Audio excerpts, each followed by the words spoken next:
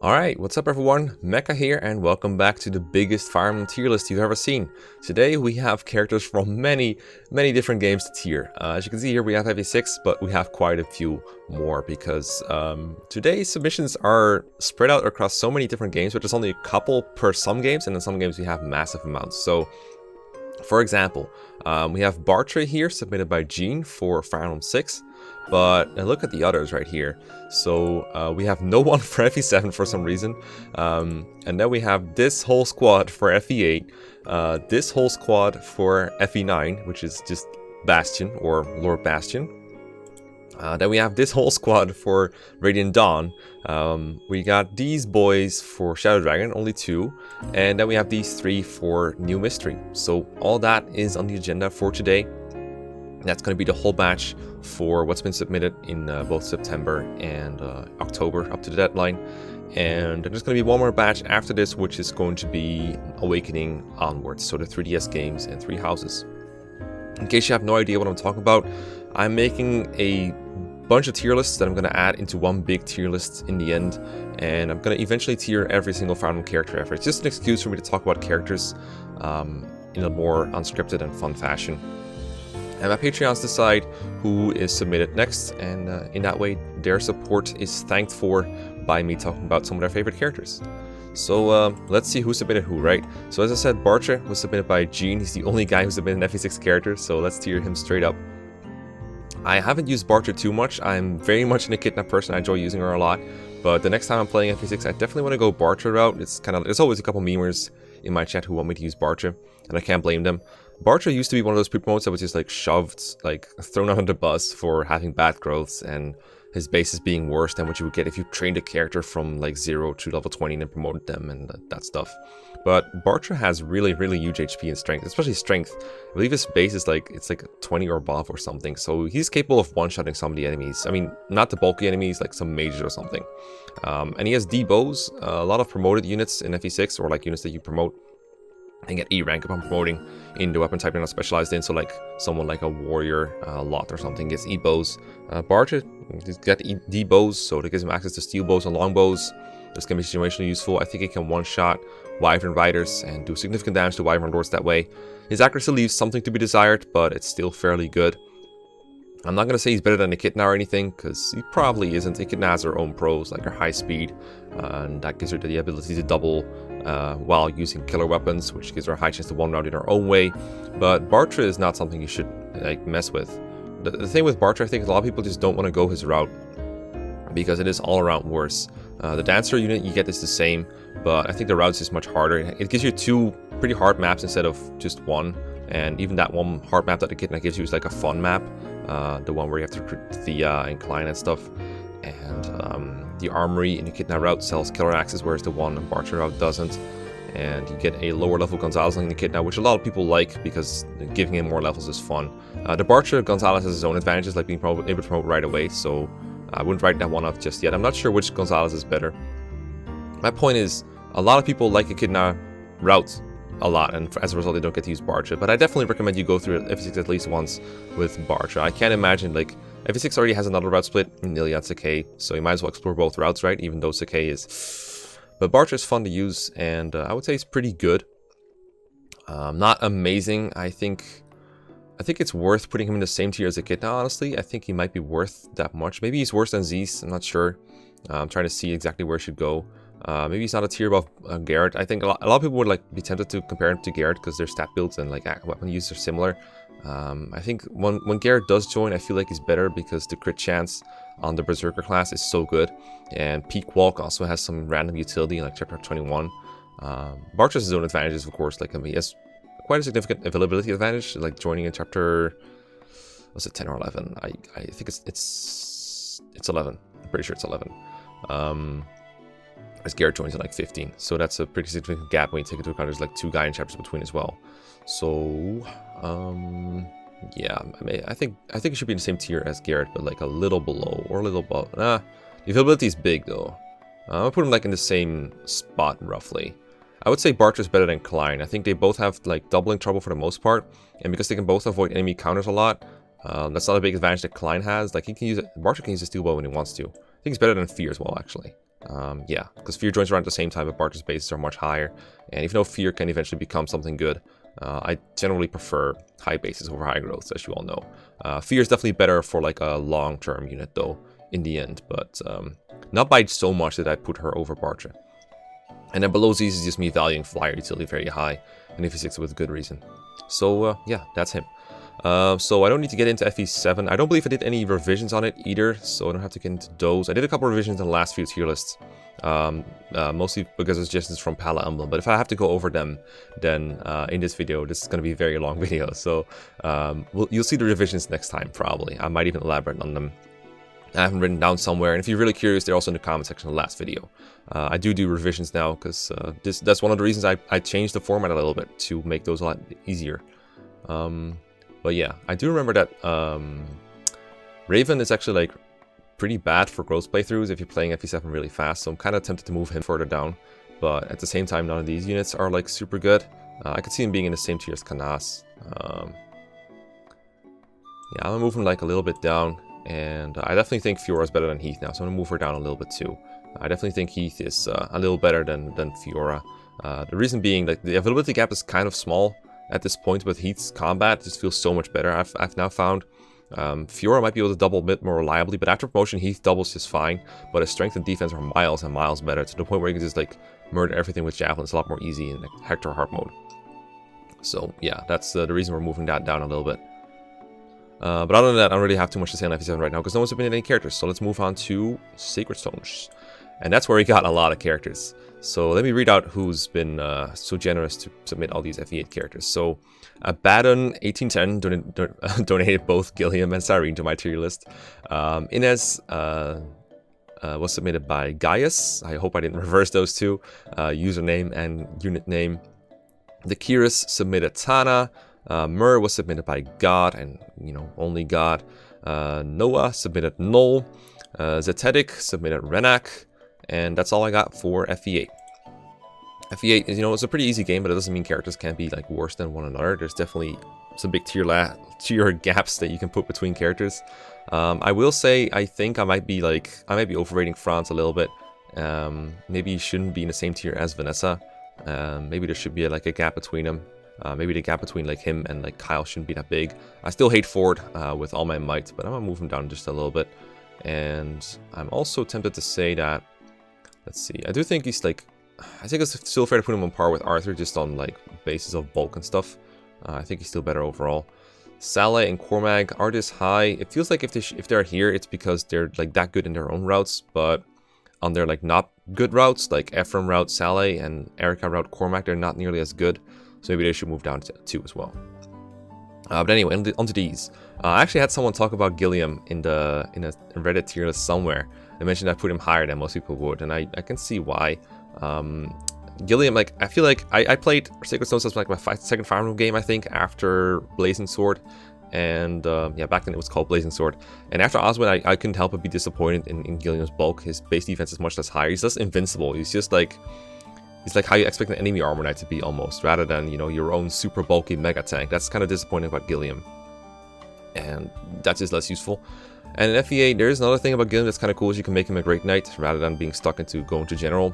As cool as general's animations are, it's not a very good class, especially when it comes to moving around. And Gilliam having access to great knight is nice, because it gives him +1 point of move, and sometimes Canto utility, but 6 move in Canto isn't nearly as useful as 7 or 8 move with Canto, because you have so much less tiles to make use of, and Great Knight still takes strain penalties like a bitch, so that makes it much less fruitful, but it's still nice that he has some way to keep up with like foot-locked units, like, I don't know, Swordmaster, Sages, that kind of stuff. But I still found Gilliam like much less useful as the game goes on and on. Even if you early promote him, units like him just aren't very useful. I talk crap about like the slow speed of units like Garcia and Ross and Dosla all the time, and Gilliam's speed is even worse, to the point like he doubles monsters like the zombies and then like moguls, I guess, but he don't one-shots those anyway, and like enemy armor knights, and that's basically it. And Gilliam's speed is much, I wouldn't say it's like super much worse than them or anything, but it's pretty bad. I do like early game bulk, I do like early game availability. FE8 is a pretty small cast, and there's not many units that can claim to be as available as he is. And, you know, there's times where that comes in handy. You can just throw javelins, block choke points, that kind of stuff. And in casual playthroughs, I find him fine, but not super good. I'm gonna put him like, he's either C or D tier to me. I know why there haven't been any D or E tiers, maybe this time we'll rectify that. But Gilliam just feels like a C tier to me, like a fairly average unit. I think around Erica's utility or like Orson's utility is fine for him. He's very strong, but not a whole lot of enemies can... You can one-shot some enemies in FE8, but not a whole lot. You can use like Horse Slayers and stuff to one-shot calves, but in general... I didn't mean to pun there. In general, I just don't think Gilliam kills a whole lot in one round, and his bulk tends to be overkill. It doesn't help that in this game you have access to Seth to tank a bunch of enemies as well as Dusel, and the amount of times you need someone to actually like hold a point, choke a point and stuff is limited. It's there, I think like Ghost Ship and plenty of other maps with like choke points in them, but for you to need like 3 tanks is pretty rare, and Gilliam doesn't really add a whole lot to that beyond his early game utility, I think. But, you know, like everyone else in it, Fire Emblem basically, you can use him if you want to, he's not bad. Then we have Cyrene. I find that a lot of these like guides on like character guides, they really hate Cyrene. These old game facts guides that don't really know what they're talking about most of the time, they really hate Cyrene because they can't turn her into like a powerhouse. Units like Amelia and Naomi and Lutz and Ross are like, yeah, you can, and like Ewan too, they can grow into something really good, and for a lot of the game they will be that good for players, and they'll leave them with like a very satisfying experience, like, yeah, I raised this character and they become super good. And you have a unit like Cyrene who is at base much better than someone like Amelia at base or Naomi at base, and but you know, they already turned all those units into powerhouses by the time Cyrene joins, so they're like, what is the point of this character? And whereas people who go through the game a bit more quickly and they don't want to just raise characters from the bat, they just want to go through the game, not necessarily grind or boss abuse or take things slowly. People who just want to beat the game quickly, they don't like Cyrene much either, because let's face it, Cyrene's bases still aren't that great, but they can still sort of make use of her if they want to. I forget there's many other pre-promotes that people can use like this, like Saleh and Dusel and Garrett kind of, and Cormac kind of. So she's not the greatest like out-of-the-box character, but you can do some things with her, right? She can rescue drop people, she can kill eggs in the Gorgon chapter. You can have her fly people across the mountains or across the gap in the final map. Stuff like that. Anytime she faces combat, you're like, this is so underwhelming, because her bases are kind of like Seth's, which is why she's so good in reverse recruitment, but it's like 20 chapters later, 20 plus chapters later, so it's not nearly as good. Oh, it's not 20, it's like 17 chapters later, but still, you get the point, right? Her strength and speed are underwhelming. She gets weighed down by anything heavier than like a Slim Lance or a Killing Edge, and she just kind of sucks. Like her HP particularly is kind of low. I always complained about how she, I almost said bitch again, imagine that. I always like get annoyed at how she gets almost one-shot by a shadow shot. Like, you're a Falconite, you're supposed to take hits that are from the magical side of the spectrum, but here you are, dying in one hit to a freaking Gorgon unless I give you a Pure Water or a Barrier. This is kind of indicative of how she fights. And then fighting just random monsters in Chapter 20, or random remnants, human enemies in Chapter 19, you could just tell she's not made for combat. She's just a rescue drop utility that can activate Triangle Attack, and that's it. I would say she's still more useful than the units in F tier by an amount. I'm not sure whether like E or D tier is appropriate. I think I'll go with E tier for now. Her availability is like doggy poop shit, but at the very least she has some free utility that I sort of like, so I could see going up to D tier as well. These tiers being empty makes it hard to reference exactly how good she is, but no availability, pretty poor combat, and a rescue drop utility is, it's there, but the fact that her combat is so terrible makes it harder to use her for rescue drop utility than like your other rescue drop options, as well as warp and rescue and stuff. And it's pretty hard to make use of someone who can only rescue drop in that stage of the game. If you have her see combat, it's generally not going to end well. Then we have Inez, and Inez is another one of those characters like Sally that's very different depending on what route you play. In Erica route, I like Inez quite a lot. I think he's as useful as a sniper could possibly be in an enemy phase-based game like Secret Stones.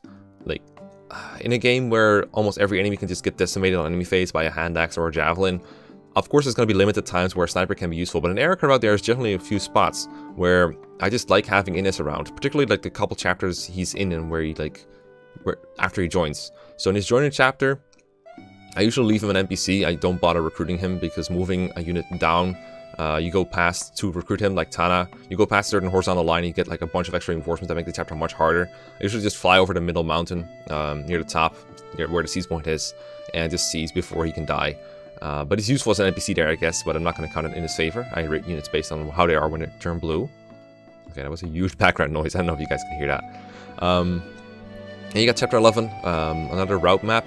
But in this one, there's like a bunch of walls and a bunch of ranged enemies that you can maybe chip down with Inez without them being able to retaliate or do anything about it or get to him. So they can't exploit his one range weakness, but he can exploit their lack of one range through his 2 range. And he has a silver bow and pretty good bases because he's pre-promoted, so he doubles most of the monsters there. He can one-shot flyer monsters, Mogwells, that kind of stuff. Of course, you don't want to expose him, but there's so many choke points in this map that it's pretty easy to protect him most of the time without losing anything. And it's like chapter 14, the one where the Queen of White Dunes or whatever it's called, the big choke point fest as well. So there's a lot of little spots where Innes can do work. After that, I don't think there's a whole lot of utility for him because the maps become a lot more wide open. They're mostly outdoors, and you just don't really have much use for him. You just want people with, you know, javelins, hand axes, kill stuff, all that. That works. Flyers, legendary weapons. If you use him, he's probably going to be the one person who can use the Nidhogg. I don't think many people train Naomi, and if they do, they probably don't even care about Innes to begin with, so they're not even listening to what I say right now. I noticed when I was training Innes to be able to use Nidhogg once, I noticed, and this is something not a lot of people know, but steel bows don't give extra weapon XP, unlike steel swords. Well, actually not steel swords either. Steel axes give extra weapon XP, and for some reason steel bows don't. Instead, if you wanted to get 2 weapon XP per battle, you need short bows, which is weird, but that's the way it is. You use a short bow to get extra weapon XP. And it actually takes quite a while for Innes to get from A to S, but if you use him full time, you should be able to get there. If he's finishing off an enemy, you might as well use a short bow to get extra weapon XP. And then you can use the Nidhogg, which you get it kind of late, you get it like after chapter 17, but it's still a holy weapon nonetheless. Some people value that a lot. Being able to one-shot monsters is nice, even if it is 1 per turn. I just talked about like his whole Erica route thing. Now, the Ephraim route thing, if you want to like summarize how that is, take everything that's good about Erica route Innes and then throw it in the trash, because now he joins in 15, where none of that utility that he had in Erica route is present, and he has base A rank bows now, so no more Nidhogg for quite a while, and he's in the phase where he just doesn't have any good utility. So Ephraim route, I would say if I had to tier Ephraim route him only, it'd be like D tier, because he's just that like useless. He's not terrible, like he can 1v1 enemies just fine, like I don't know, unpromoted enemies, but most of his exclusive utility is just gone. Erica route 1, I put him like he's not as good as Kyle. I don't think he's even as good as Ford. That feels very strange to say. I think overall we should just put Innes in D tier to begin with. I just don't think he's very good overall. The things I talk in Erica about, they're like nice, but they're not like super amazing, and we still have to deal with him being that enemy, like that lack of enemy phase for the rest of the game after like chapter 14 or so. There's basically no reason to use him. And then Ephraim route is just like none of that good stuff, but only the bad stuff. So I think still D tier is still fine for him. That said, out of the box, he's still useful. You should still use him for a couple chapters after he joins, if you have the deployment slots for him. Then there's Tana, and Tana flies, so that's super useful. She joins in chapter 9 in both games, although in Ephraim route, it's more in both routes.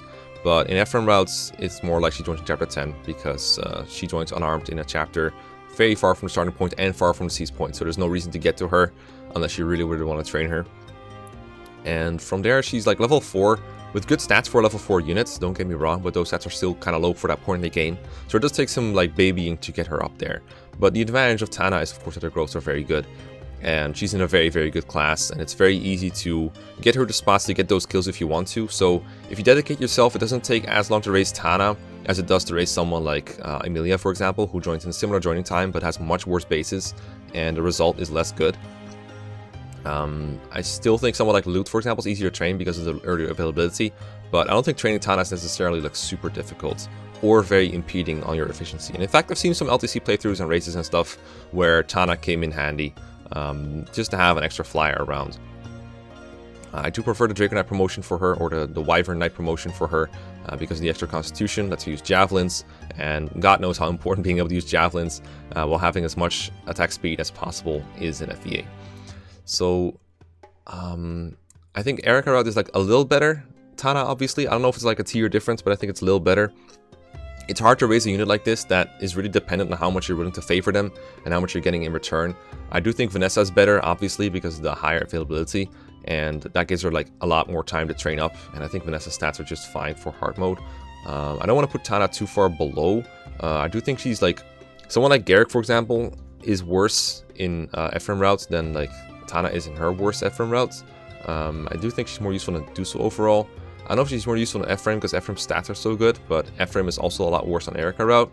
I just really rate flyer utility high in FE8, and I think you can assume at some point Tana is going to get competent and self-sufficient. When that is, you can argue about it. It depends on how much you favor her.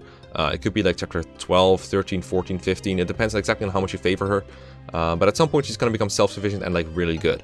I think between like if you focus on Tana, if you're willing to make her your main flyer instead of Vanessa for some reason, maybe your Vanessa got screwed or you're just not using her, she could be your best unit for chapters like 15 and up to 20 in final chapter. She could very easily be that, and I think that's worth praising.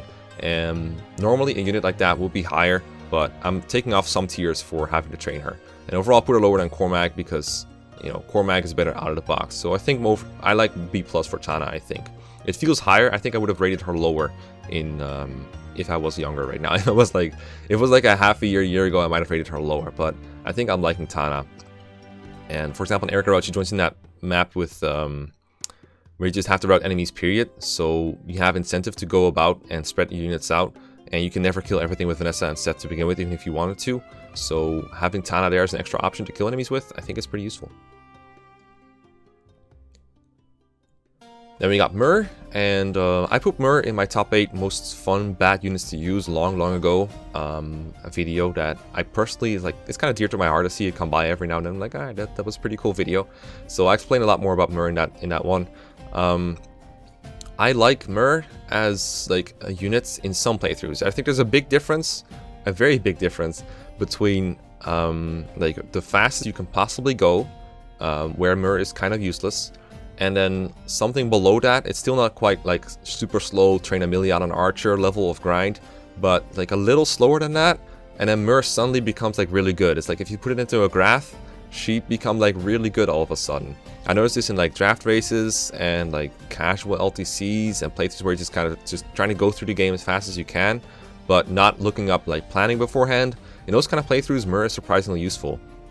There's not a real Goto in FE8 like FE7 has Athos. But she's still the best late game character, I think. Much better than like yrene, for example. Because at base, she's not great, but she's capable of getting 2 hit KOs, and she can survive like 1, maybe 2 enemies at base, and then her growths are insanely good. Especially HP and defense, they go up like crazy, like over 100% growth, and then everything else has a pretty good chance of going up by 1 as well.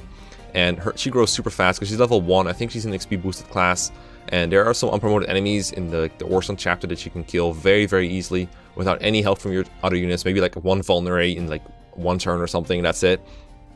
And she quickly explodes into like this super strong and character that just kills everything.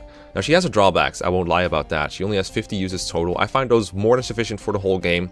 Of course, she's not great for creature campaign for that reason. A lot of people care about that, but I don't. I just care about the main game. And in the main game, 50 uses is sufficient for anything you want her to do. That's most of my phone alert. She's sufficient for anything you want her to do. She can reach one-shot thresholds, especially for monsters, because her weapon is like 18 might and then triple effective against monsters. So with like a couple of levels, she can one-shot things. I don't know if she can one-shot Cyclopses, but she can one-shot a lot of shit. So having that, super useful. But of course, only 6 move. So in those kind of playthroughs, and like if you're going as fast as possible, you're obviously not giving her the boots. You're giving that to like Vanessa or Tana or maybe Cormac, but you're probably not giving them to Murrah. But if you want her to be like as good as she can be, she's not a terrible candidate for boots because she also flies. No Canto, but she still flies. And Feely Shield and sometimes the Kalex Shield, what's it called? Hopland Guard can be nice because I think her luck is sometimes kind of low. But yeah, she has super good resistance, so very good against Gorgons especially. Able to fly over terrain is super useful in chapter 20. And then just anything that attacks her from 1 range just dies. There are some ranged enemies that she cannot counter, but usually it's not enough to just deter her from being useful. She is very useful against Leon, who has super high stat thresholds to be able to even like be able to attack, but she's one of the few characters that can survive. I'm pretty sure she can survive 1. There might be setups where she can 2 with like a lot of levels and like a barrier boost, but I'm not sure. because both her base res, her growth, and then also her what's it called, her Dragonstone gives her like huge res boosts. And Leon is super tough to survive. You can't really dodge him reliably. He has insane defenses. Murrah's a good shot at doubling him. All that kind of stuff is useful for her. Again, this is not the fastest solution. The fastest solution to those kinds of problems is just like Pierce Crit or something in an LTC. But if you're not rigging, you're not planning like that, you're not doing something wacky like, I don't know, Eclipse or Luna or something that isn't very reliable either, then Murrah is a pretty good answer to those things. And for that reason, I think she's a little underrated. But I think most casual players really enjoy using Murrah because she hits all the boxes that a character like Nino or Amelia does as well. It's like kind of training 0 to hero, lots of stats going up, cute girl, all that stuff helps her too. I'm gonna be generous. I'm gonna put like Murrah in C tier. I think she's more useful than Ines, but for sure, and more useful than like any of these. Like, I think putting her like here is fine. I like her a lot. She's still got a lot of ability to make up for, but I think Murrah is like a pretty powerful late game character, and I really enjoy using her for that reason. Next up, we got Nolan. Now, a while ago, I basically made a waifu on Nolan. Not really. I mean, I called it Summoners are overpowered or something. So Summoners are super good. It was going to be waifu Nolan, basically, but I turned into that because it was really just a video about summons and how good they are. I mostly talked about how good they were and exactly what you could do with phantoms and distracting enemies and stuff like that. Of course, it is 90% of Nolan's utility in FE8, you just get him at like a level where you can promote to use a Guiding Ring or a Master Seal. You promote him and just spam phantoms, summoning forever. But that video didn't really take into account that Nolan has limited availability, that he only joins 2/3 through the game, basically just a late game unit, an end game unit. And as a combat unit, of course, we kind of need to penalize Nolan in the same way that we penalize someone like Sarah for being bad at enemy phase combat, like not having any until she promotes and being defensively frail. And in the same way that we penalize someone like a Dancer for the same thing. But I don't think it should weigh into their rating too much. If they don't need to fight to be useful, then you don't need to penalize their fighting too much. But I do think the availability or lack thereof is a bit of a big deal. And for that reason, I don't think he's going to be very high. But I will say that, like, I still think summoning itself is a very busted ability with many capabilities. It doesn't really like save turns or anything, but I think it vastly adds to reliability, which makes it very valuable for like Iron Man runs, any kind of recorded runs. I hate resetting in Fire Emblem, so I try to avoid it when I have to. And he makes it much less likely. He actually saved the Iron Man I did in FE8 at least once. I had Erica in the desert. I was playing Ephraim routes, and Erica is isolated between Saleh and Inez, and she was actually in range of 2 Wyvern Riders, unavoidably. And I could either put Inez in range and hope they would go for him, and he would probably survive, but then I would have a Wyvern Rider close to Erica, no matter what I did on the next player phase. Or I could use a Phantom to distract one of the Wyvern Riders towards my army, and that would distract him to the point where he would be close to Ephraim's army, and I could just shoot him down. So stuff like that is really, really good. And that goes beyond, like, that's not even taking into account things like them being able to drop people. They cannot rescue, but they can take. So if you rescue with someone else, you can take them off with the Phantom and drop them somewhere else. It's probably a bug, not an intentional use of Phantoms, but they can do it. And they can distract Gorgons with Shadow Shot and Bolting Sages, Purge Sages. I don't think they often get hit by Status Staves. I've never tried that, but that would be another useful thing they could do if they can, but I've never really tried doing that. I think I've had a Phantom get Berserk and Troll Farm them before, come to think of it. That's pretty cool, and I've also used Restore on them before, just to, you know, keep these bros alive. Yeah, Phantoms are super good. They were also super good in Troll Emblem, of course, which is not vanilla Fire Emblem, but it's still a valid use. Nolan's pretty good when you do have him. I would say once he joins, he's better than all the units in the C tier, and even I would rather have Nolan than Kyle when chapters 15 to 16 roll around. This is probably where I would draw the line. And of course, let's take off like 4 or 5 chapters worth of potential utility that he could have had. And he's more like, I think it's okay to put him here, but that seems very high, I know. But I think Phantoms are like super busted. So I want to experiment with putting him here and see how much backlash it gives me. But I think summoning is too busted. Never ever make him a druid, in my opinion. I don't think there's any point in making him a druid. I don't think there's a single reason to pass up summoning utility, because the stats aren't even much better, and I don't think Anima Magic does much for him. Like, his best spell as a druid is like Thunder when it comes to Anima, and that's about as strong as Flux is, so why would you bother? It does really, like, his defensive capabilities, it cannot be overstated how bad they are. He has like no HP, no defense, no speed, and no luck. So, well, he has some speed. He doubles armor knights, but he gets one kill by a lot of enemies, and he gets potentially one shot by everything just because of crits. You might want to give him the Hoplon Guard, but I generally prefer putting that on someone who should actually see combat. Also, he has E-rank staffs. I guess that's sort of useful sometimes, but situationally so. Like, about 2 to 3 times per chapter, I will heal someone with null, and generally I'll just end up summoning. Yeah, summoning is busted. Very, very cool summon. Very cool submission, I should say. Then finally, we have Renak, or Renak. I've been calling him Renak a lot, but I feel like Renak sounds like a better name. Maybe I should call him that. I think Thief Utility in FE8 overall, I think is one of the games where Thief Utility is the least useful of all games. It's sad as it is. He can pick up desert items, which I kind of like, but I don't think there's much of a point in using him for anything else in FE8. The late game treasure, I pass up on like 90% of it most of my runs. I get him in casual runs, like Iron Man runs, because I try to get every tool available. But there's many runs that go by where I just like, okay, Renee Castle's treasure, I don't care. Rouston Castle's has treasure, I don't care. Like the final chapter has treasure, I really don't care. And even if you do care, you can buy chest keys in that game. So Renek isn't even like super useful for that. It's just like opening doors without the use of keys or a lockpick. I would not deny that for casual players, it always feels better for them, and I recognize this feeling very much. It always feels better to deploy someone to handle the treasure instead of giving a bunch of keys to like a random paladin and have him go away from the battlefield or something like that. But it is the more optimal solution, and it is one we should take into account when raiding units, and that kind of stuff being available, I think it really hurts your Thief utility. Especially since FE8 just doesn't have much to steal, especially after Renak joins. There's like a body ring on Ephraim route that you can get. It's pretty far away from where you recruit Renak. It's like a random archer you'd rather just kill and get it over with. And usually just feels like it isn't worth the trouble of getting. FE7 does this better. It has like several items that, even though they're not essential, they are really good to go out of your way for. They are good at tempting you to get the treasure.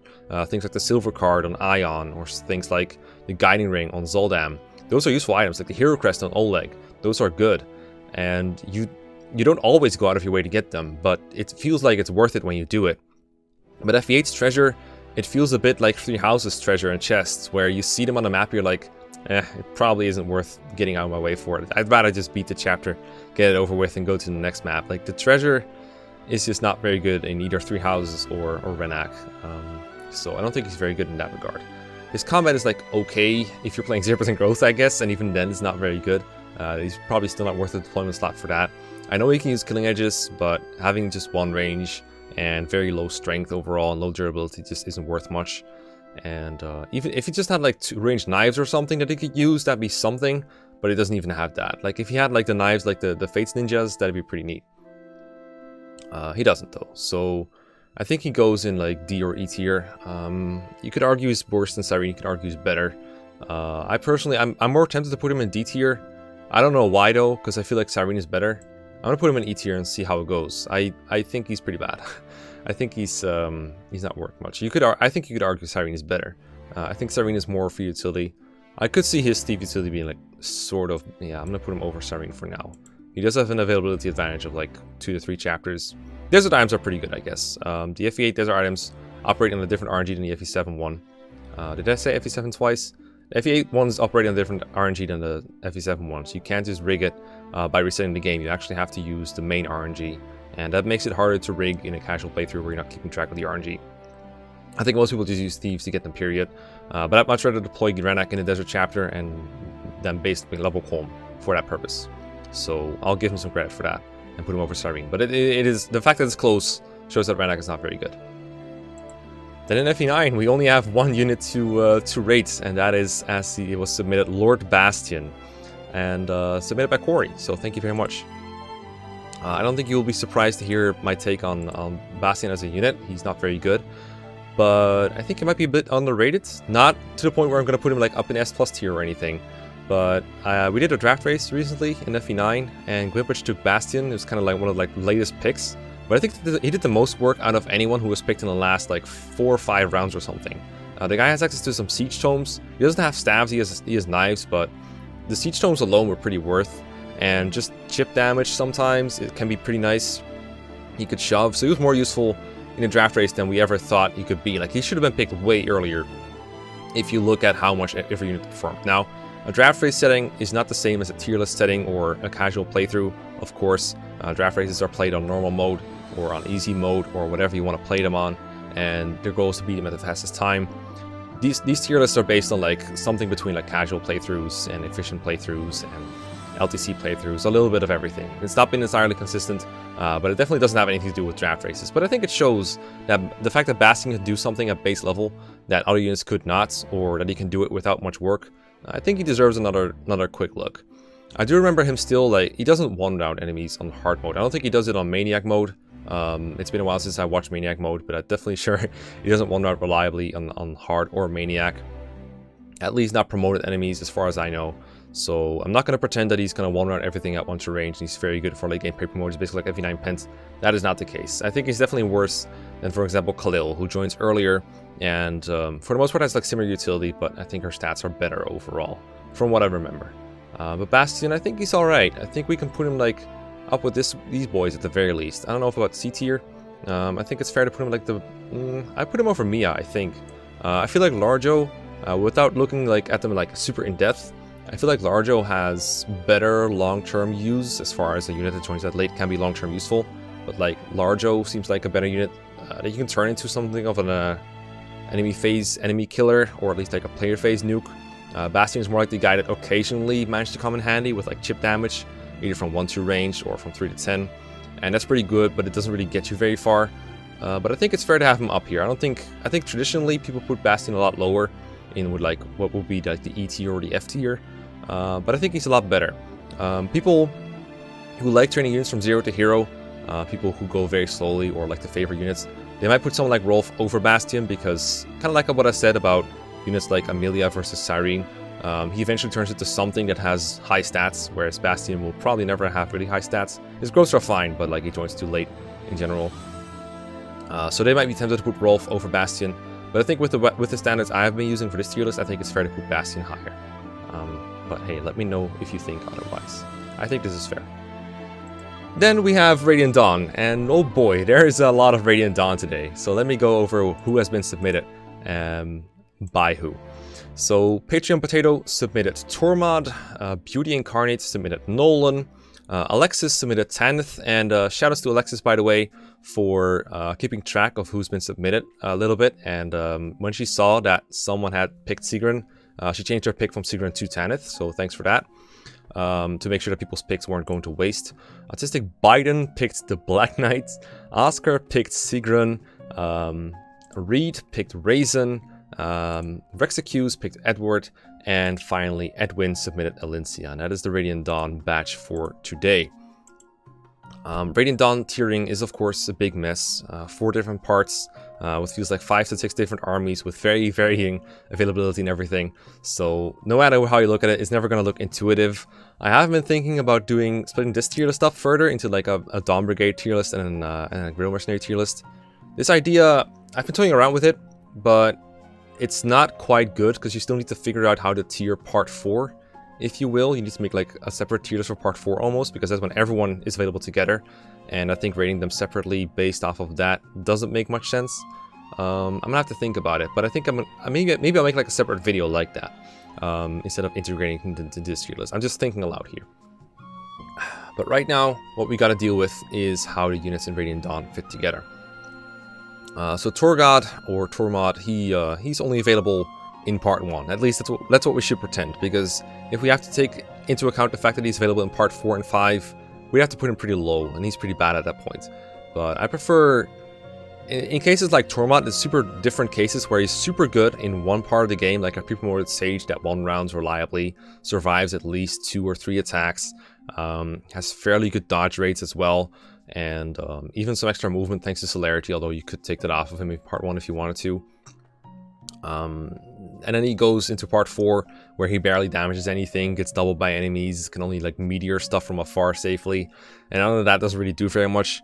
If you have to take the average of that, it looks pretty bad. I think it's more fair to assume that you would use him when he's good and then bench him. That's basically what I did for someone like Tyronio and kind of with someone like Volug as well. It's like you use them when they're good, and then when they're no longer good, you kind of bench him and you don't take the negative into account too much. That does mean it's basically the same as pretending he's only available for part 1, and that is weird because you want to take into account parts where they're available, but this is a tiering philosophy question, right? It's like, do you only use these units for what they're used for and then tier them according to like how many points they get in that time, and then just everything else they are available for but aren't used for, is that just a flat 0? Or do you give them a score based on how they are for their whole availability and then average out that score? That's kind of two tiering philosophies that I struggle with sometimes. And in Radiant Dawn, that's the hardest one to take care of. Right now, I'm feeling like the former. So Tormod is good in part 1 and then it's basically unavailable. It's basically what we're going with here.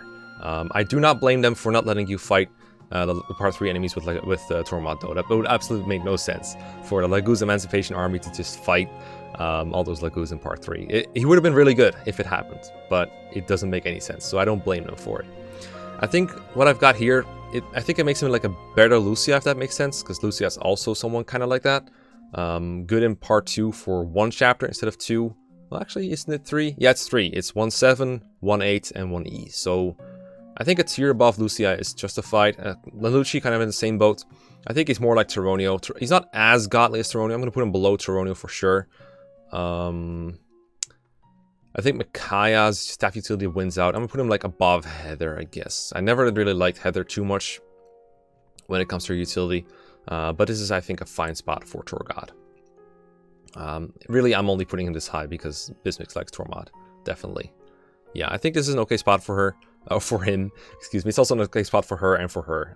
I don't think he minds being between Mekkah and Heather. This should be fine. Then we have Nolan, a long-term member of the Dawn Brigade, joins very early, and one of the few units that's worth long-term investments. Now, I've tried using Nolan a couple times in Radiant Dawn. I was never dissatisfied with his level ups or anything, but I was also never impressed with what I got out of him in part 4, or sometimes even part 3. That doesn't mean I think he's bad in those parts, but it felt more like, why would I do this when I can just jill everything and get basically the same result, but faster? Now, don't get me wrong, I'm not going to penalize him for this experience particularly. Like, I'm aware that my style is very different from what most people think, and that my style is not the only one that can be done. But I do think that Nolan sometimes gets subscribed or gets attributed something that the Dawn Brigade doesn't need, but it gets given very much value to it. It's the same thing with Yrene. People are like, the Dawn Brigade needs a tank. The Dawn Brigade needs a super durable unit that can tank everything. And then for part 3 with all the dangerous Laguz, and I'm just thinking like, not really. It can be helpful, but if they need one, I think they do only need one. So I think raising both Yrene and Nolan is a waste of XP for one. And I think Nolan is the better one between them anyway. So that's one of the reasons I think Yrene isn't very good. But I also think it's a bit overrated in Nolan's case, especially if you're playing normal mode. On hard mode, I do find that Jill gets quite a bit worse at tanking, especially if you're not willing to give her like both the rope and the shield, which I understand. I understand. I think it's still optimal to give her both, but I understand why you wouldn't want to, or why it wouldn't seem fair in a tier philosophy. And I do know that if you give Nolan like even one of those stat boosters, and then you're willing to give him Beast Foe or Paragon, I think Beast Foe is better on him for part 3. Then he can become quite a Laguz Slayer. He can be pretty tanky against them. It kind of depends. There's a chance, I think, that Nolan can get doubled by cats, and that can be very painful if he doesn't have Beast Foe. If he does have it, he just one-shots them, so he doesn't care. I also think Nolan is hurt by something that people still don't really appreciate enough, is that the Dawn Brigade just gets better characters every chapter after he joins. So he starts out as the best unit, and then every chapter, like Soth joins, and then Zyhark and Jill and Tyronio and Murrah and stuff, they just kind of outclass him. So his reputation as being like a tanky Dawn Brigade guy, like the only tank they have, it kind of doesn't really hold up for part 1, I think. In part 3, I think it's fair that it gets ascribed to him, because in part 3, all these units leave, with the exception of like Volug and Jill. So it's fair. I guess Tyronio comes back, but Tyronio isn't necessarily better than Nolan in part 3 overall, I believe. It depends on his stats, but I don't remember offhand. But you could use both, I guess. Anyway, long-winded rant on philosophies aside, I'm going to play Radiant Dawn real soon, so we're going to see how well Nolan holds up in that one. I would say Nolan is a solid B-. I definitely think he should be above Boyd, for instance, and I could see him being above Nimi as well. I think he's fairly good. Of course, how much you put him above... Like, I think these 3, for example, I think it's inarguable that they have better combat than Nolan for the most part. It's just how much points do you dock for being Laguz with no 2 range. Yeah, even Timar doesn't have 2 range. I'm sorry to say it. Timar is definitely better at combat though when they're both around, don't get me wrong. But No true range does kind of suck. And the other thing that you wish they had is more availability, of course, which these are only available for like half of part 3, and he's only available for part 4. That does play a part, I think, to the point where you can say, hey, Nolan's better.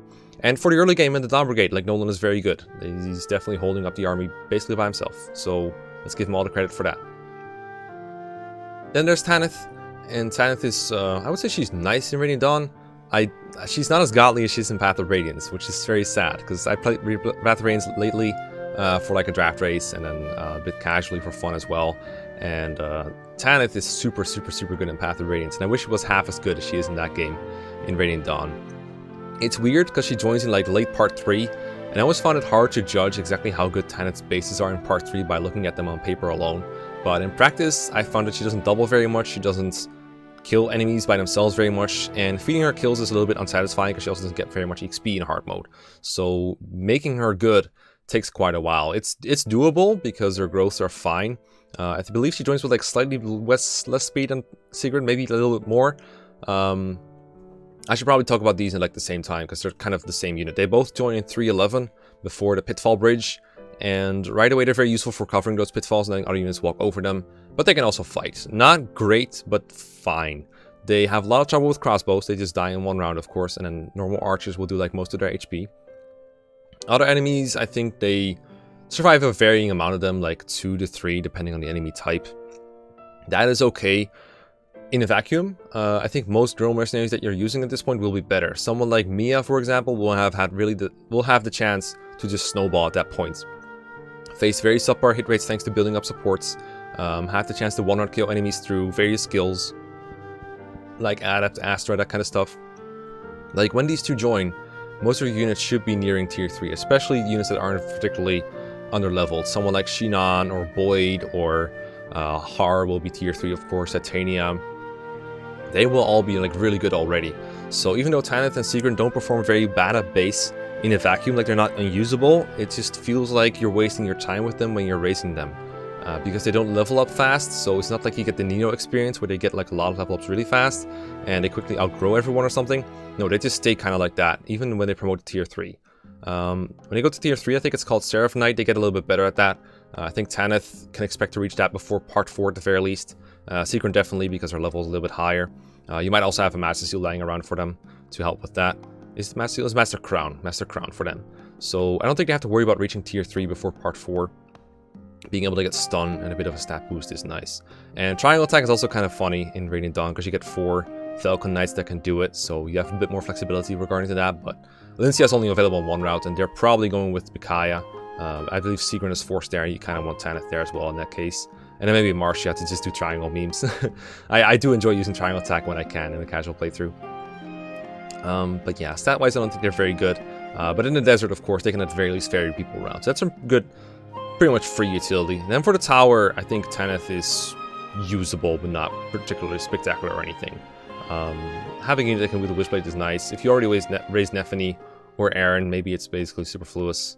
I don't know. I've been okay with Tanith in my playthroughs, but I'm not super spectacular hyped on them or anything. I mean, flyer utility is useful. I would say they're below Knigas and Volug, and maybe between Volug and Tronio is fine. I don't think these two should be a tier apart. I could see someone being between them, but I don't think it makes any sense. It's very hard to argue in that way, so I'm going to put them like this for now. Might be overrating them a little bit, but they do have flyer utility in a part of the game that's kind of terrain heavy, so I think it's not very smart to put them lower than what I just did. But as always, Radiant Dawn, it's very sketchy.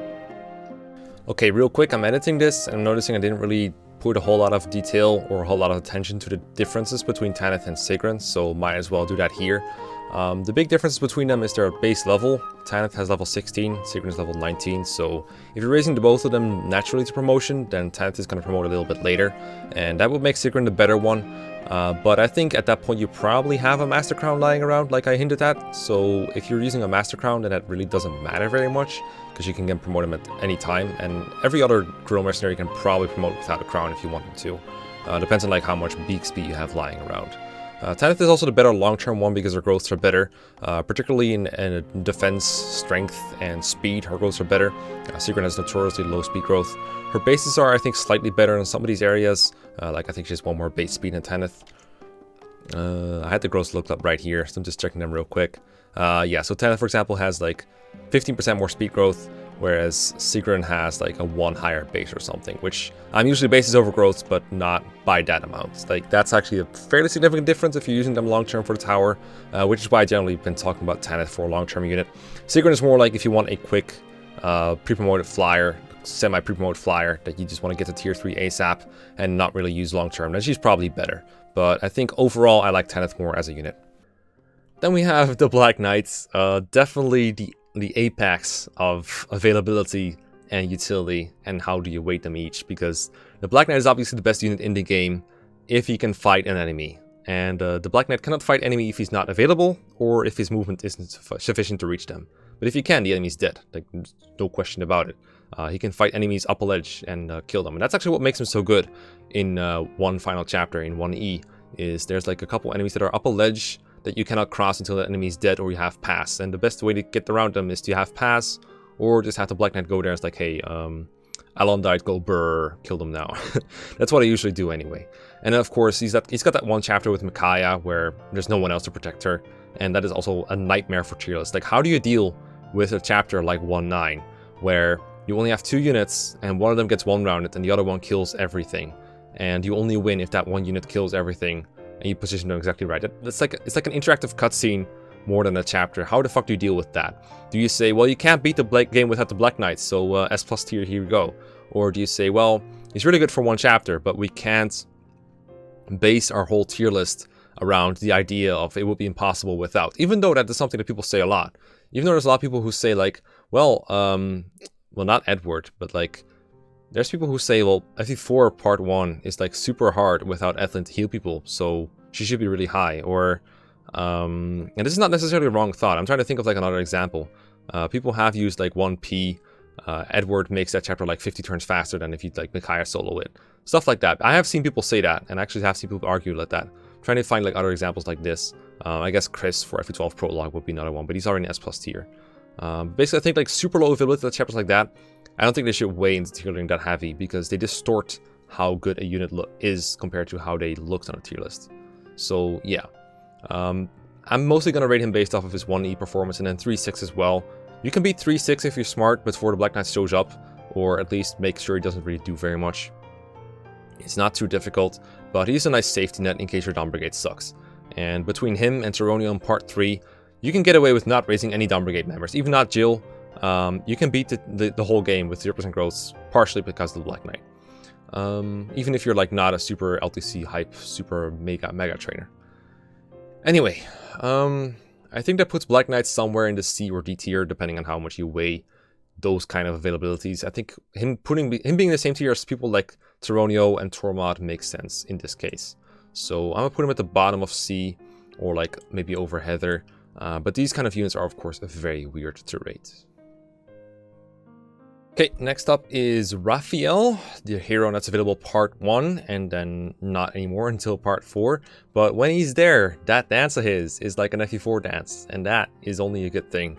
4-way dance is pretty much praised universally whenever I see Rain and Dawn arguing, and I've seen a lot of people argue that Raisin is the better Heron compared to Raphael.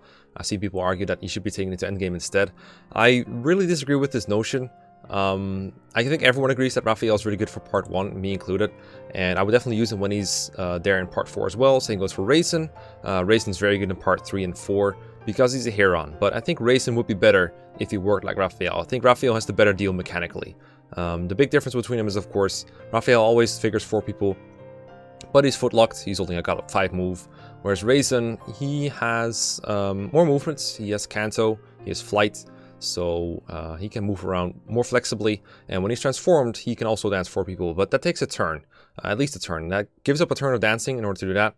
When he's transformed, he only dances for 1 person, which is still very good, but I think when it comes to endgame, Raisin is the worst one between them. And I'm gonna, I go into this because I think everyone knows that dance utility is good, and it's gonna boil down to how much do we penalize Raphael for his availability. But I want to dive in on this, okay? So the argument is usually like, okay, so for 1 turn, Raisin is gonna be worse because you have to transform him, but after that, it's gonna be better than Raphael. And you know, turn 1 is only 1 turn, and every turn afterwards is, you know, profit for Raisin because he's more move. But I think in the end game, the chapters are, first of all, they're very short. A lot of them can be one-turned. If you want to be really technical, you can one-turn every single one of them. But realistically, in an LTC, you're two-turning the first one and the last one. And for more general purposes, we can assume that they take a little bit longer each. Like, I'm not going to pretend this is the tier list for LTC. I'm not rating them based on that. But even if you're playing casually, I think Raphael's better. Yeah, I think he's just better. Because turn 1 is the most crucial one. Turn 1 is when you're setting up all your units to be in a different corner of the map for a route map. In the case of number 1. Or you're just setting up for a quick boss kill later. In the later endgame chapters. You just, the turn 1, by transforming instead of dancing 4 units, you're missing out on a 4-way vigor by that itself. And that is very hard to compensate, and I think Raisin's advantages over Raphael do not compensate for that at all. So he has more mobility, but if you think Raphael's positioning is very important, you can shove or smite him to wherever you want and make up for the difference. And you might say, well, Raisin can be shoved or smited too and he can get further, but you don't need more than a certain amount of movement. If you need him to be 10 tiles away, you smite him and then you shove him once or something, and then Raisin is good. Raphael, you have to like shove him like 2 extra times, but you have those shovers available if you want him to be in like 4 or 5 of endgame. And a lot of the time he doesn't even need to be shoved to be in the place where you want him to be. He can just like dance for 4 people and then you're good. Very frequently in the first endgame chapter, for example, what I would do is I move like 4 of my best units forward, usually Gifka, so he can transform. Then I move Raphael in, I dance with him. And then I use someone with Savior, I don't know, Tibarn or something, rescue Raphael, and then go somewhere else. And then Raphael's job is done, because everyone is going to be set up for turn 1. And it's just like turn 2 and 3 are just clean up turns. I don't really need a dancer for that. But if I want to, I can still drop Raphael and get a dance done. And if I can like put him in a safe place to dance again on like turn 2 or 3, I will definitely do that, and I'm able to do that. I never really find it worth to bring a worse Heron for turn 1 just to make him easier to position for turn 2 or 3. I definitely don't think that's reasonable. And then flight itself is like very, very, I wouldn't say useless, but it's like pretty pointless in endgame, I think. There's not that many things to fly over. There's like gaps in height differences where it helps a little bit, but like 3, 4, and 5 are basically flat terrain. 2 is barely a chapter, so that leaves you with 1. And I don't think you even want to fly over a gap in 1 with Raisin to begin with. So I think flight is like pointless. Yeah, and yeah, when I say flight is pointless, it probably is pointless.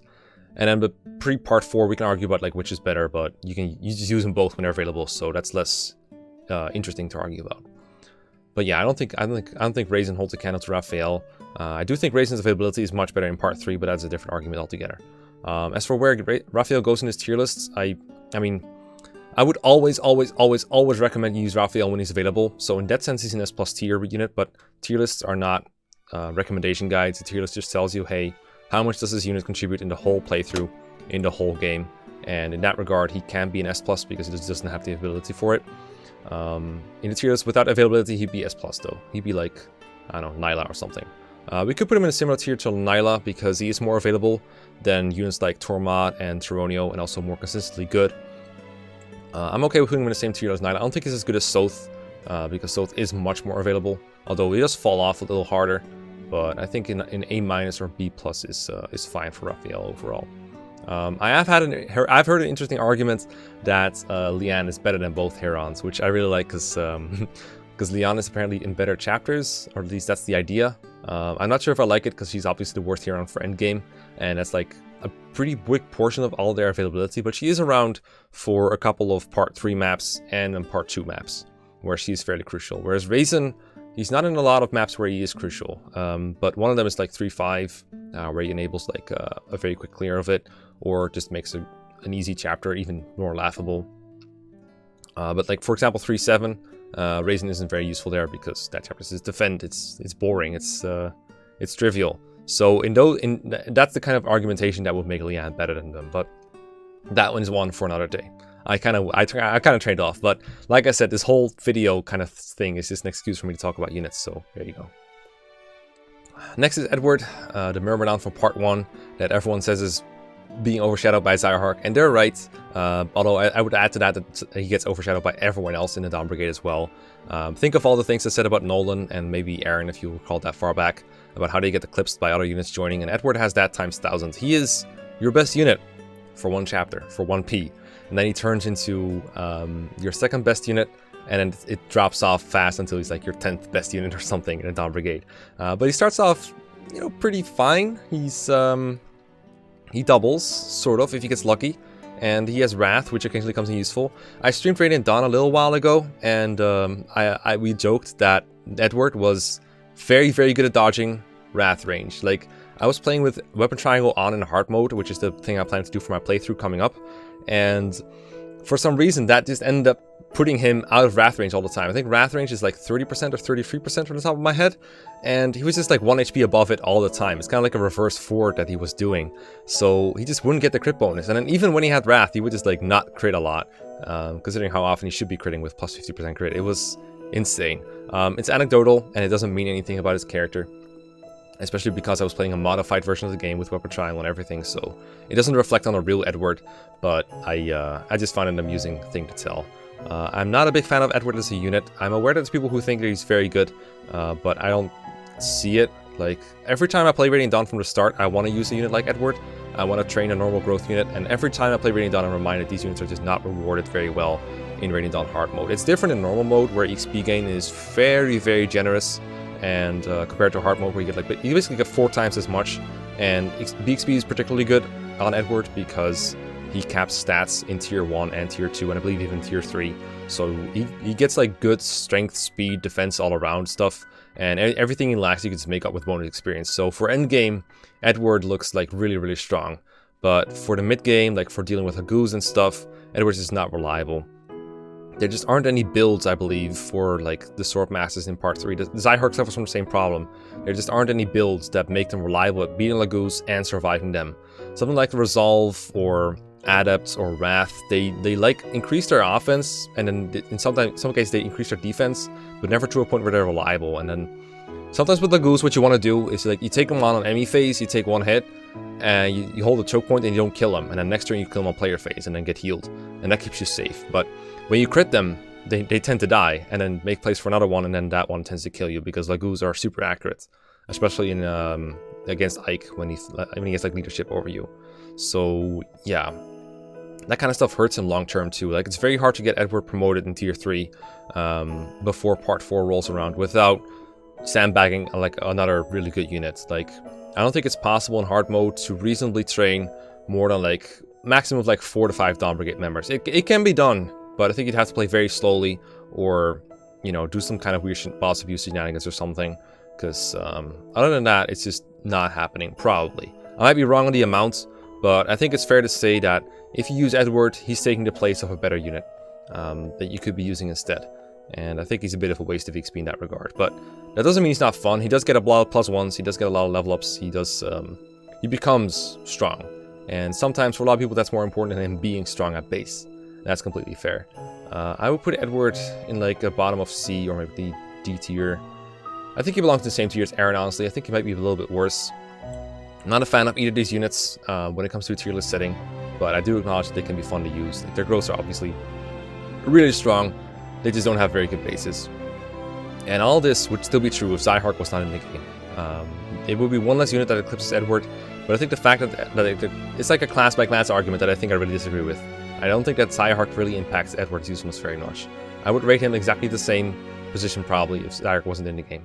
Like, I don't even have Zyhark very high. I got him in C tier as well.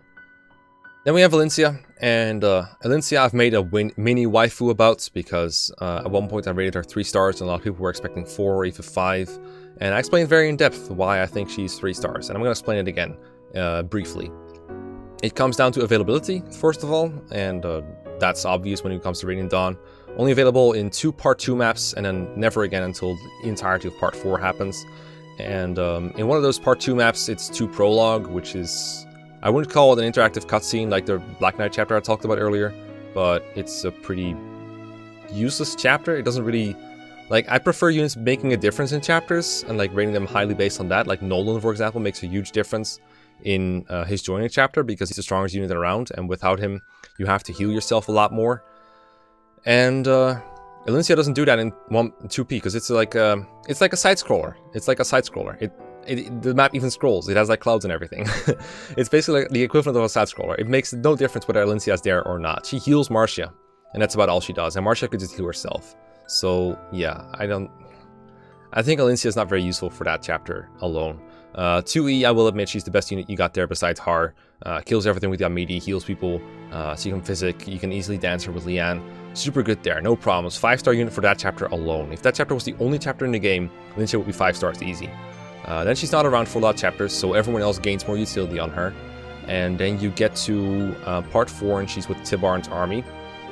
At that point you have a choice to either just use her for staff and rescue utility, or use her, like, beak speed her up a little bit to give her some growths and then take away mercy and start killing things. You can do that and she would turn out fine. Her growths are insanely good, and her class is of course like top class, top class. So all that stuff is like really good. It takes some resource management, but Tibarn's route does generally need stronger units than I usually give them, so I always like give some XP to Alencia and have her go to town on some enemies. I think it takes some level ups for her to quadruple enemies with the MD, and if she cannot do that, then she's kind of shitty. She doesn't really have the speed to double, and it does kind of suck that she doesn't really have 2 range. Like Alencia with the wind edge is a really big joke in part 4. So in that regard, Alencia is not very good overall, but I recognize that if you wanted her to be good, she can be good, and she doesn't take that much resources to be good compared to some of these other units. I would definitely put her in the upper ranges of C or like the lower regions of B. I think I'm okay with her like being the bottom of B tier. I think she's very good there. Not the best unit in the game by any means. Not a 4-star unit, but definitely a 3-star unit. So that's Radiant Dawn. The top here you can't really see it right now because you know, managing this thing is obnoxious. But we got Har in S+, Jill in S-, and Ike in S-, and everything below you can see properly. So that's the state of the game right now. This is what we got left in Radiant Dawn, but you can't really see the whole of it. But yeah, that's what we got left. Still a lot of units. Radiant Dawn is a really big cast. It's one of the reasons I enjoy this game so much. Let's move on to Shadow Dragon. So for Shadow Dragon, we only have 2 candidates here today, Navarre and Merrick. And I'm looking at their submitters right now. Aaron submitted Merrick and Lucas submitted Navarre. Thank you very much, both of you. So these are 2 very iconic characters that often, like, they reflect archetypes in a way. Like almost every game has, I really hate saying this, but every game has a Merrick and a Navarre. I don't like that archetype very much because I don't think it means a whole lot anymore. It's like Merrick is almost synonymous with early mage. The Navarre archetype I do like, but not the Merrick one. But there's a lot of games that have wind mages that join early and have some things in common with Merrick, I guess. So he's definitely some kind of archetype. I just don't like calling people Merricks. It just doesn't make as much sense to me as Jagens or Est. But I elaborate on this in my Merrick tier list video, so I'm gonna stop it there. Or my wind mage, early mage tier list, whatever you want to call it. The archetype tier list, one of the first ones I made. The Magical Boys one. There we go. That's what I called it. Okay, so Merrick in Shadow Dragon. I've been playing Shadow Dragon Iron Man quite a lot lately, and I didn't really raise Merrick, but I did find myself a little disappointed compared to what I usually thought of him. Merrick has, for his class, a very good basis. He has much more HP than like a generic mage, or than like a generic mage. He has more durability that way. And he has Excalibur at base, which is a huge boon. Like, don't get me wrong, I don't think Merrick is bad. I'm definitely going to give him a high rating. I just remembered him being better than he was for me in that playthrough. And I decided for once not to really raise him. I just used him for Excalibur. And I'm pretty happy with what he does for you without any XP at all. I could honestly see him being like really good without any training. He's one of those units that, like, he's not a pre-promote, but you kind of use him like one because there's not much reason to train him long term. There are a lot of units that turn into what Merrick basically is if you promote him. You got like Boa, you have Wendell. In my case, I had Dark Mage Court, so that's not too special. You got Etzel, and there might be like 1 or 2 more that I'm forgetting. I guess Lena kind of turns into that as well. Ellis, you could compare him to Merrick if you wanted to, although Ellis is more of a staff bot and same goes for Lena. But my point here is you can have Excalibur on you. Well, females can't use Excalibur. But the point I'm making here is that with just Excalibur, you don't really have a need to train Merrick, because what you do with it is you kill Armor Knights and like Flyers, because it's effective on those, and that's really all you need from him. You don't really need him to have higher stats. He's never going to double on Hard 5. Lower difficulties might be a different story, but on Hard 5, Merrick is not doubling. He's closer to getting doubled. In fact, he gets doubled by Pegasus Knights. I've learned that the hard way almost. But he doesn't really like, you don't need to train this guy for him to be good. I think I said that 5 times by now. Dark Mage Cord does about the same things as Merrick, other than using Excalibur, and once he reaches Excalibur, he does the same things, is basically what I'm saying. Now, of course, Cord is a whole different kind of unit. We need to raise him to like S+ tier maybe. Well,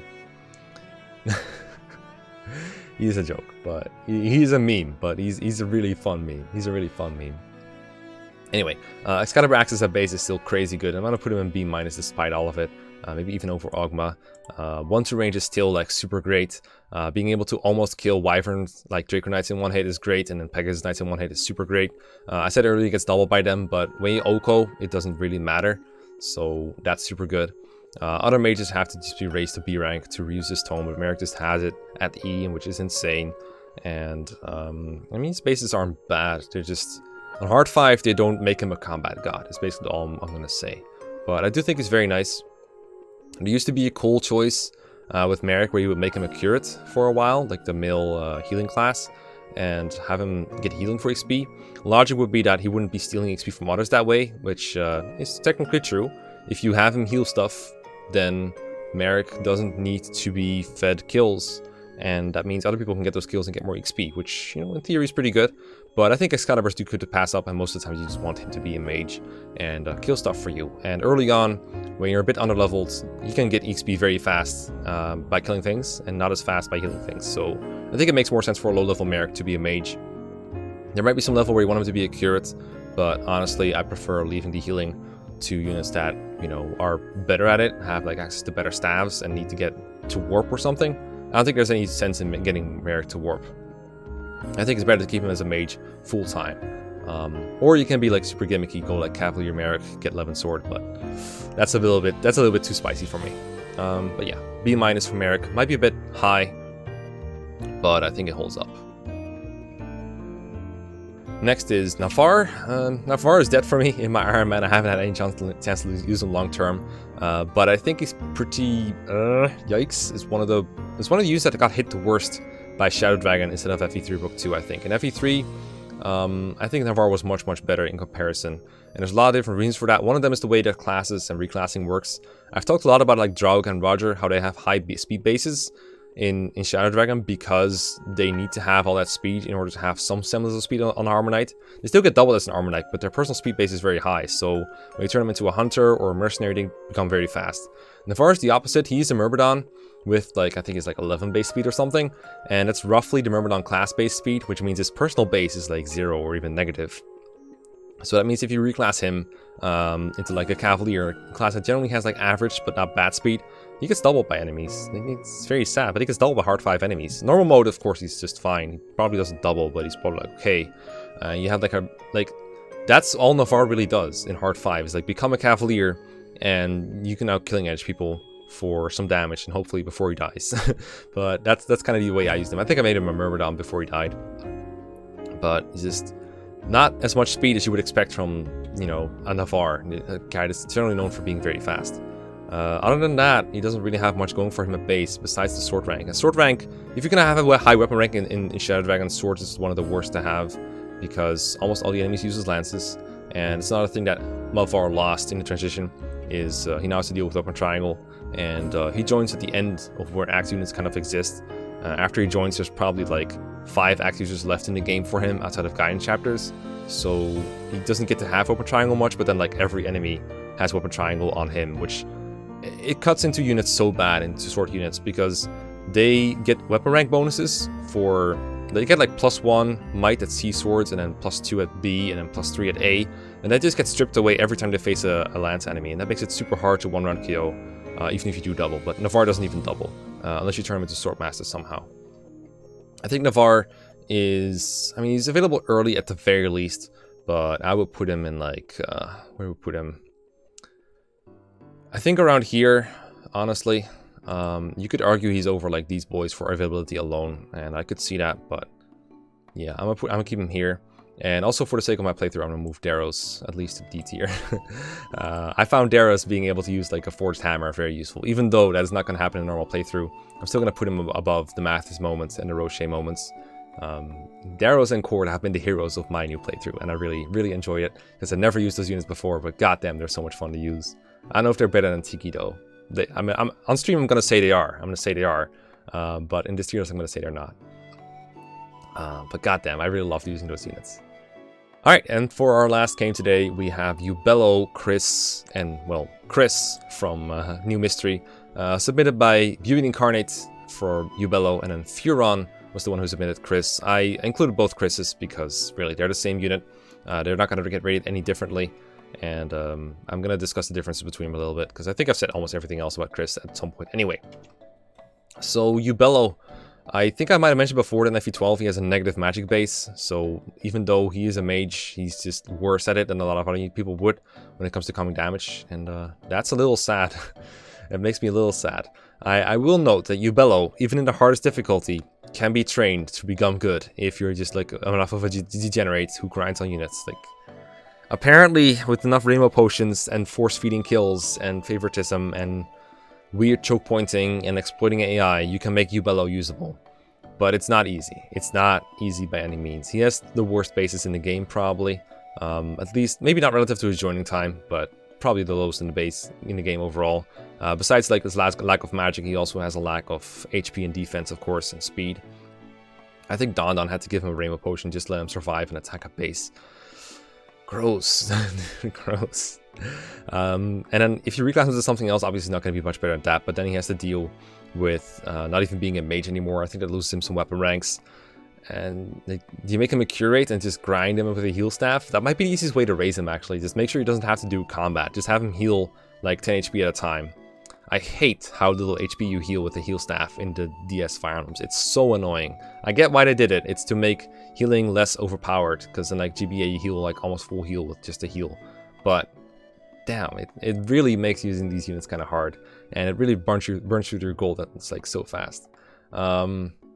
Yeah, I think we have to put him in F tier. I don't think this is a better place for him. Also, can we talk about like how his sprite is so tiny? His portrait is so tiny that he doesn't reach the left-hand border. So it looks like I messed up the dimensions, but no. This is the square around his portrait, basically. He just doesn't hit the left border because he's so tiny. Poor tiny boy. F tier it is. If someone wants to argue he's E tier because he's available for like the entire game, be my guest. I'm not going to touch that.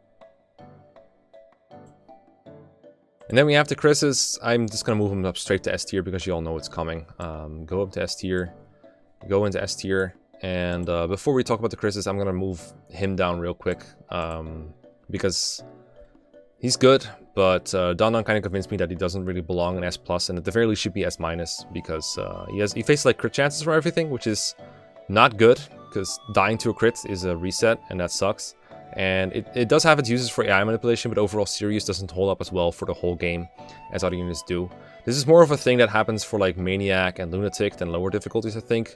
In those, he might be S+ overall because high bases and then not much risk of dying.